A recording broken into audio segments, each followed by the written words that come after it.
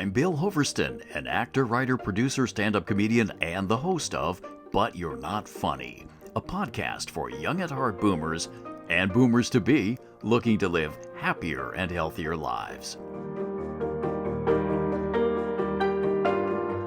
Hi, I'm Bill Hoverston, and this is another episode of But You're Not Funny. My guest today is Tim Piering.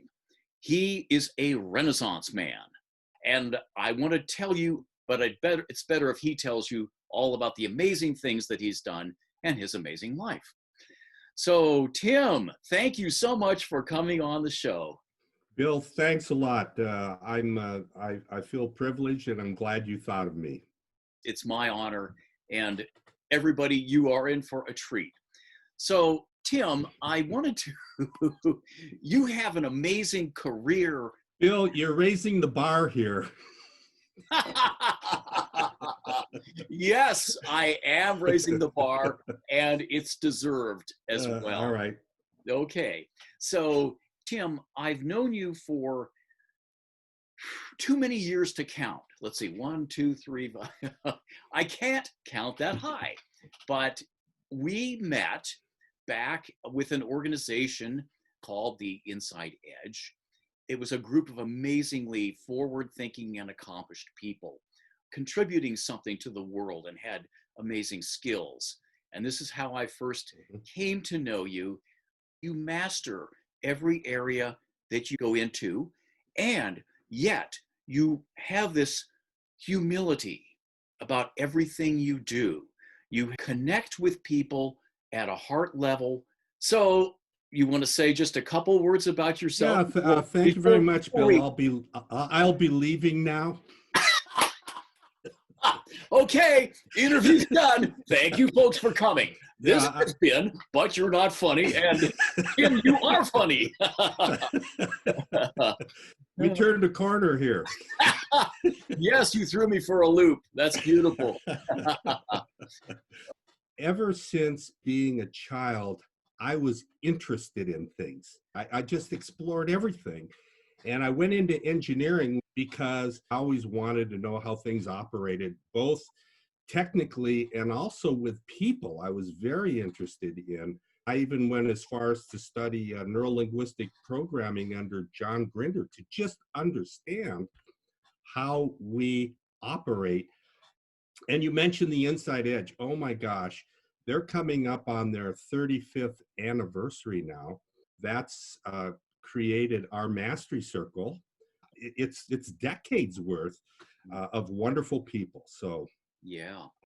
And I will say, early in my life, I wasn't that interested in family. I was interested in accomplishment and how many certificates and titles could I get. Yes, the whole being driven toward a goal, and then you achieve that, then you set another goal. Yeah.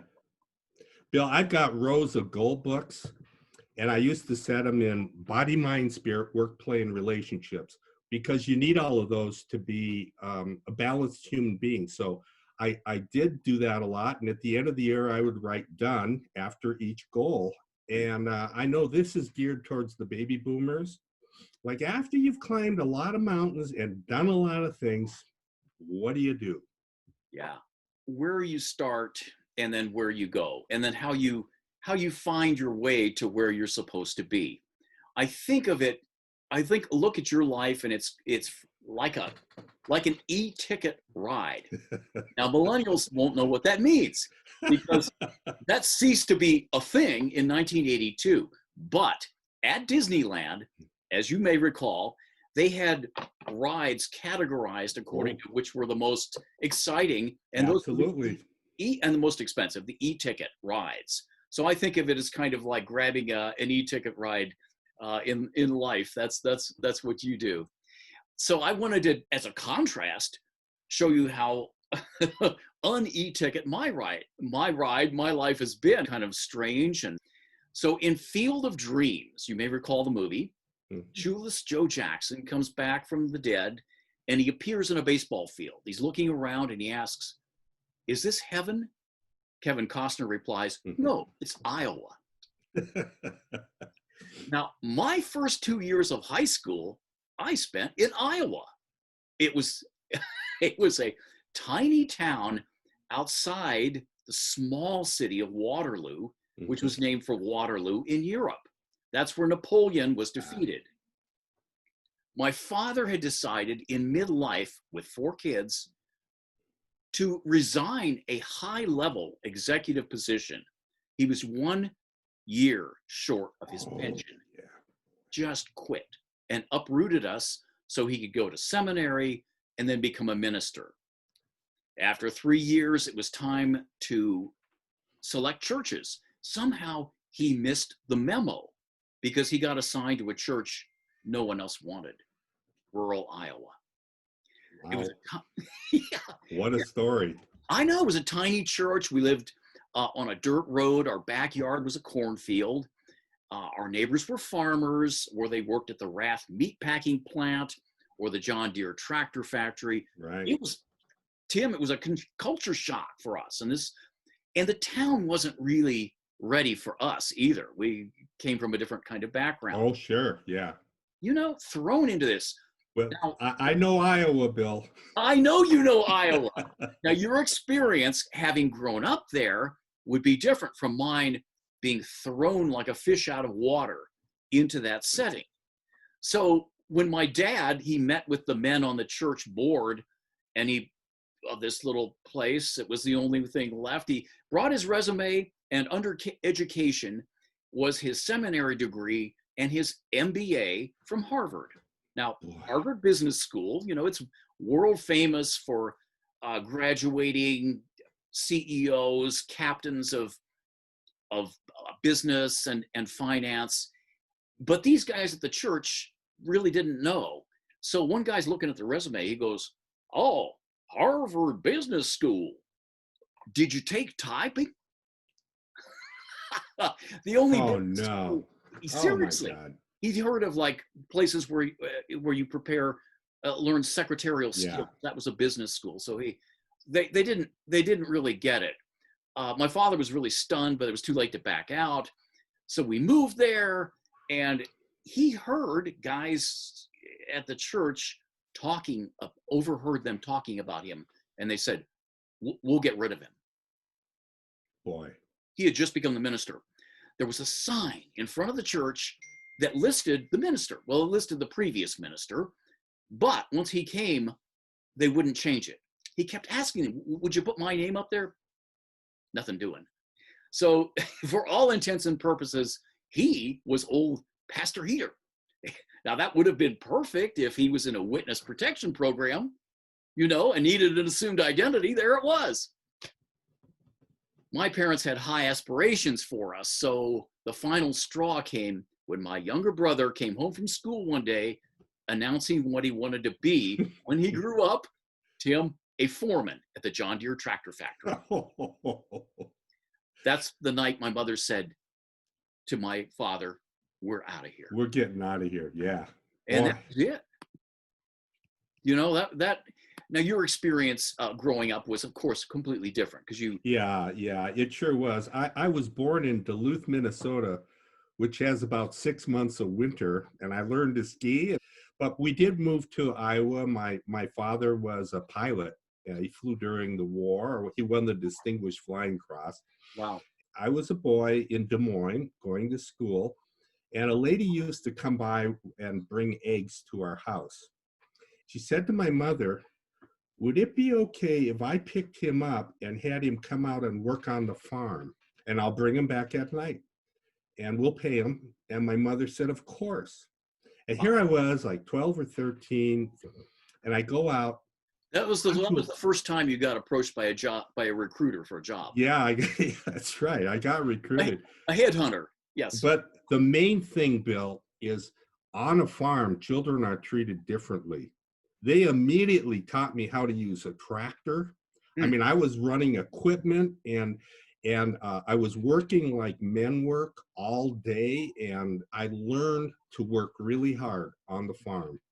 And I also learned about nature, you know, all these animals. I used to have to shovel the cow manure every day and put it in buckets and throw it outside, and then it would get hard. We'd throw it in a manure spreader and it would throw it all over the fields.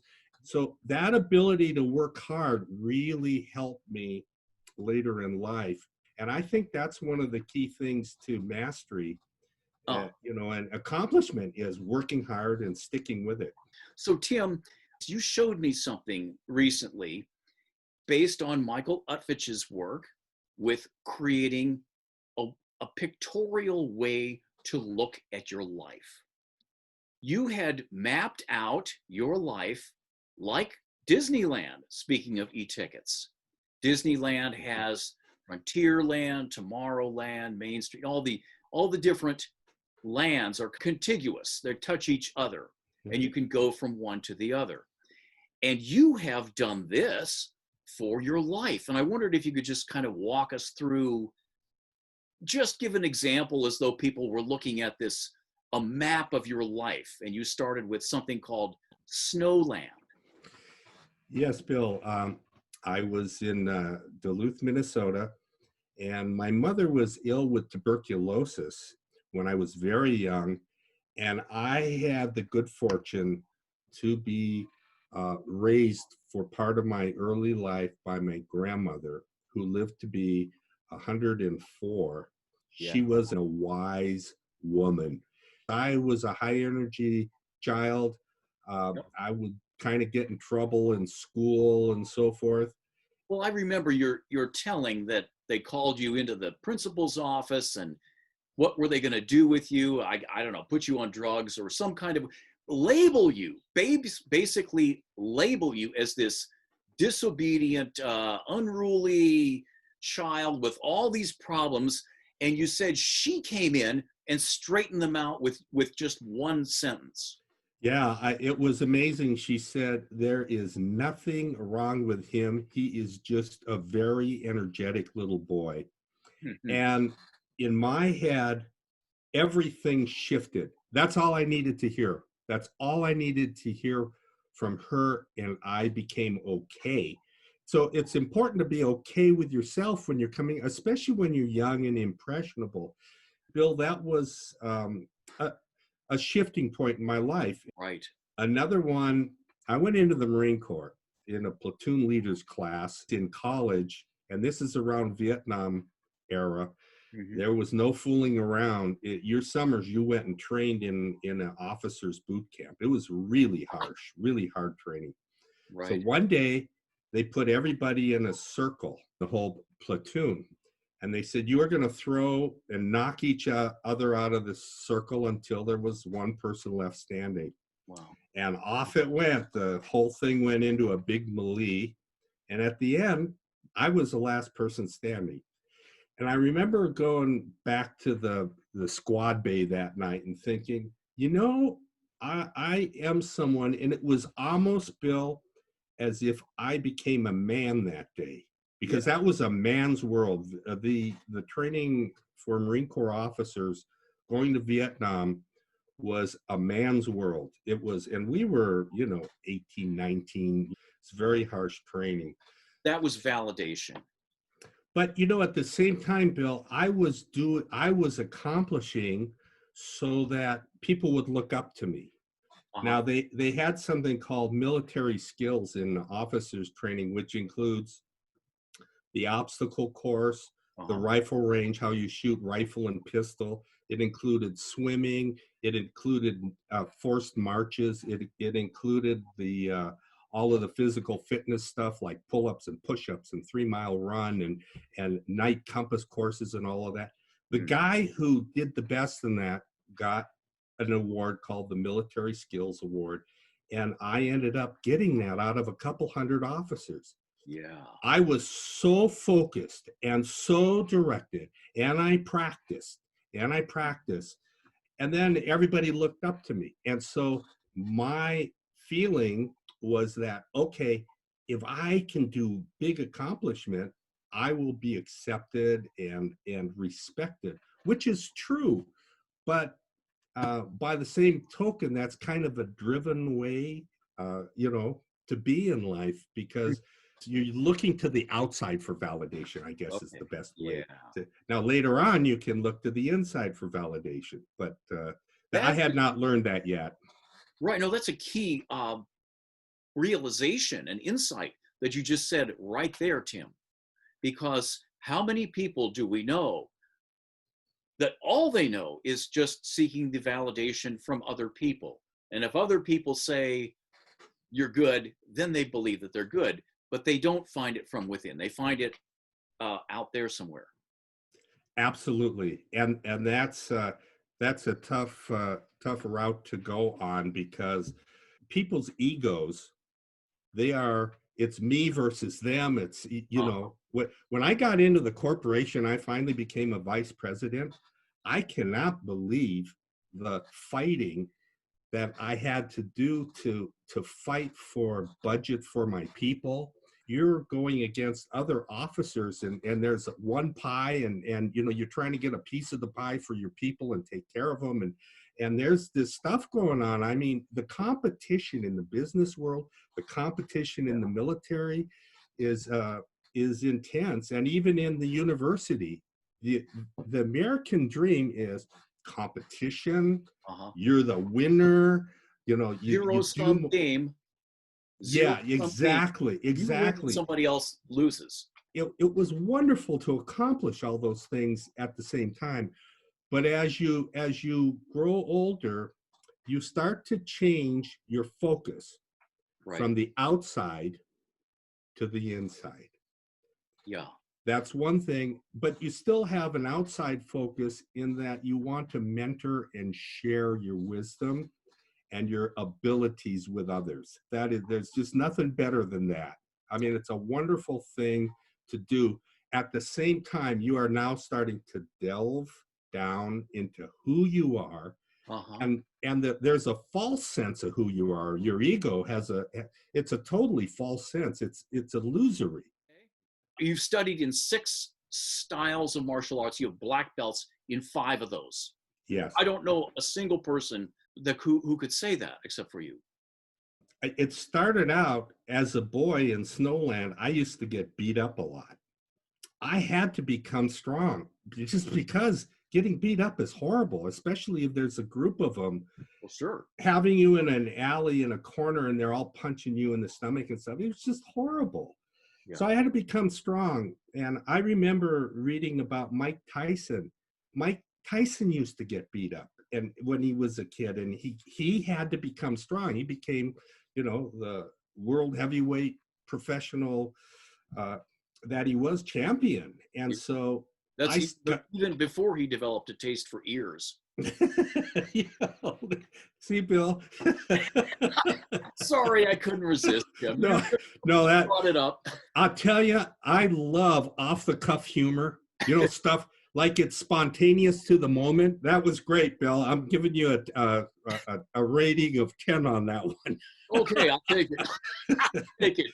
Remember to like and share and subscribe. Yeah.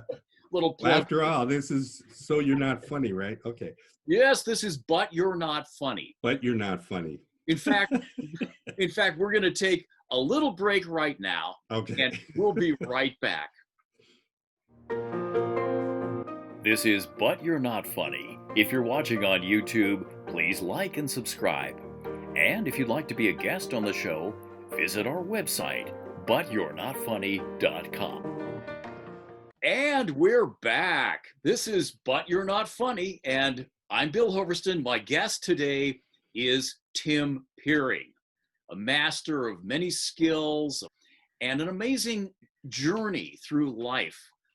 So we are talking about the things that make us who we are and what we do and how we change, and significant moments, realizations, paths that we take. It's too much to talk about, but we're giving it a shot. I remember you were in a restaurant, as I recall, and some incident happened. There was commotion. Yes, I remembered, yeah. It was in a downtown restaurant in downtown Los Angeles. I was at a table for 4 people, and a man came in. He was drunk, and he got into some sort of spat over the bill, I think, at the register. And there was a woman with a tray. He knocked the tray into the air. And all this stuff crashed on the floor. The owners were really upset. Later on, I found out this kind of thing happens a lot. They were at the end of their rope. They start beating on this guy, and I just couldn't sit there. So I jumped up and I actually broke him up. And that's when the guy pulled out of his back pocket. It's a leather thing Okay. with lead weights in it. So if you hit somebody in the head, it doesn't make a mark, but it knocks them out. Youch. So I broke him up, and then he added up, and he goes, "You want some of this? You want some of this?" And I put my hands up, which is the most effective defensive posture. I can do a lot here with my hands up. But it also looks like, no, It looks like surrender. It looks like surrender. But putting your hands up, you are that far from someone's face or blocking, you know. And I had a moment of truth there. I had people sitting at the table. I could have been Karate Joe and taken both. I knew in my heart I could have just wasted both of these guys. Right. And I said, no, I just want you to stop beating him. The thing about martial arts is if you know that you can really destroy somebody, you don't ever have to use it. And they actually drugged the guy into the back room. I just couldn't stand there. I knew the guy was going to get beat. So I followed into the kitchen. And I said, look, if you want to call the police, that's okay. But you're not going to beat him. And then one of the owners, yes, there's something called ki or chi in martial arts. Right. That's an internal force or energy. I was not going to let that happen, but I was calm about it. And so that's when one of the owners turned towards me and he spilled his heart out. He goes, "You have no idea how hard it is to run a restaurant down here. We weren't in a good area of town, and people come in and they ruin everything and they make a mess and they come in drunk." And he just unloaded his like restaurant life story to me. And I just sat there and I accepted it.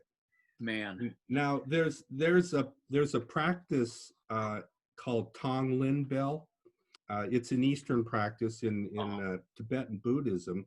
You physically, mentally take in other people's suffering, and you send them back good intention and so forth.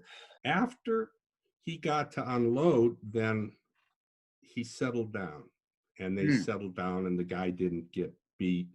And actually, they did call the police. Police came, and I had to go back to my table and try and eat my dinner after that with the other people, you know. Oh my gosh, that's. Oh my God, you just never know what's going to happen in life, but training makes a difference. It was a quick turn, and what was fascinating too is that the tables turned, and now the attacker was going to get probably beaten, which is fascinating because you had the ability to be flexible and yet deal from the heart regardless. And wow, did he ever respond to you? And the main thing is with martial arts, someone calls you a jerk or whatever, you know, you don't have to fight. You knew what you could do. I fight all the time in the dojo. Yeah, it's an amazing thing. I did study jujitsu with a guy who had he had actually been an Israeli commando. So I think he mixed a lot of the, I don't know, to this day, I can't tell you which was this. Yeah, that's Krav Maga. It's a very intense fighting form. Absolutely. Yeah. One time he ended the class and we were all kneeling respectfully.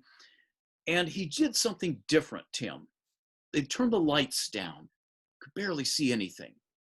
He kneeled in front of each one of us, one at a time, and looked us up and down and told us where we had had injuries, a broken bone that I had had from years ago.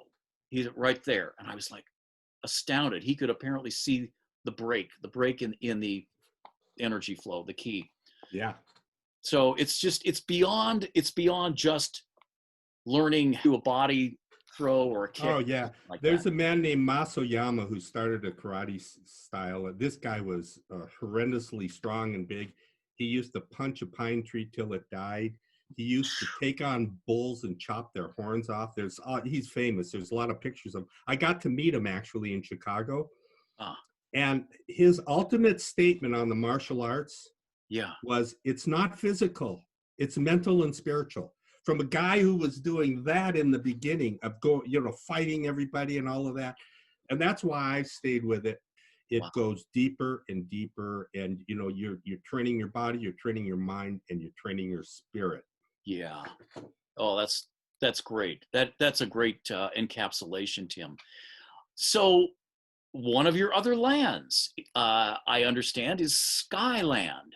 Oh yeah. I wasn't interested in flying at all. I was doing rock climbing. So this is midlife, I'm in my 30s, pushing 40. I'm doing this rock climbing and the rappelling down the side of the mountain.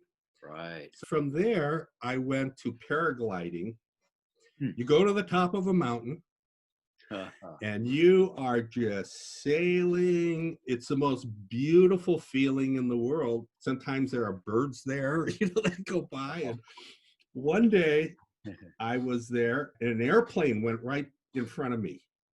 And it was another one of those moments I thought, I could do that. My first instructor said, I don't think you can be a pilot. No matter what I do, you're having trouble landing this airplane. Hmm. I was crestfallen. I thought, geez, maybe I can't be a pilot. But I found somebody else who wasn't as critical, who was more emphasized the positive. Okay. And I went on and I got my pilot's license. And then from there, I went on to fly helicopters. Right. And I got my commercial helicopters license. And I flew gyrocopters. And then I also went on to do aerobatic flying. We used to take this plane up. We would sit on a parachute that was strapped to us. The guy goes, okay, there's 2 pins in the door. If something goes wrong and we can't get out of it, you pull those pins and you bail out and then pull the chute. That was comforting. Oh, it's great. I'm telling you, we did everything with this airplane. We did these spirals down. We did Cuban 8s. We did loops. We did snap rolls. There wasn't anything that this guy couldn't do with that airplane. It was unbelievable. When I was in college, Yeah. another one where someone told me I couldn't do something or be something. I was in calculus, pre-engineering. One day, the calculus instructor said, I want you to come to my office. And he said, I don't think you should be an engineer. I don't think you can do that. And I left his office. I was crying. I mean, I've got to be an engineer. I mean, this is what I want to do. I just have to get through this course. And I was able to get through the course. I just had to work really hard. But in engineering courses like statics and dynamics, where you're actually doing things with physical things and figuring it out, I was getting like really high grades. Years later, I got to go back to a reunion at that college. I mean, I went on there from there to the University of Iowa. I got a engineering degree, and from there I went to UCLA and I got a master's in engineering. Go back and I had my card, which said I was manager of the entire engineering department at this major top 5 engineering company, top 5 in the world. Yeah. And I showed it to him. The turning point is I could have believed him and dropped out of engineering, and God knows where I would have gone. But the key is there, and with the pilot who told me, I don't think you can be a pilot. When I look at my life, I go, I've lived a blessed life.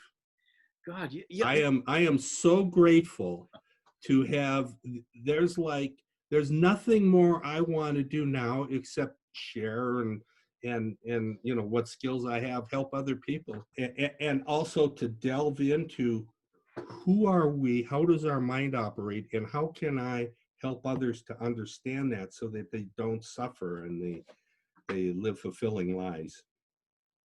Tim, thank you so much for taking us along on your adventure ride. We actually have more lands to explore with you, but we're going to have to cover them in our next episode. Okay? Okay, Bill, it's been a pleasure. It's been a pleasure. Thank you so much. Thank you. This has been But You're Not Funny podcast. I'm Bill Hoverston. Please like and subscribe on YouTube or wherever you get your podcasts. Thanks for joining us, and we'll see you soon. Thanks for listening to But You're Not Funny. Please subscribe on YouTube and wherever you get your podcasts. I'm Bill Hoverston. You can see my work at billhoverston.com. It's been a pleasure.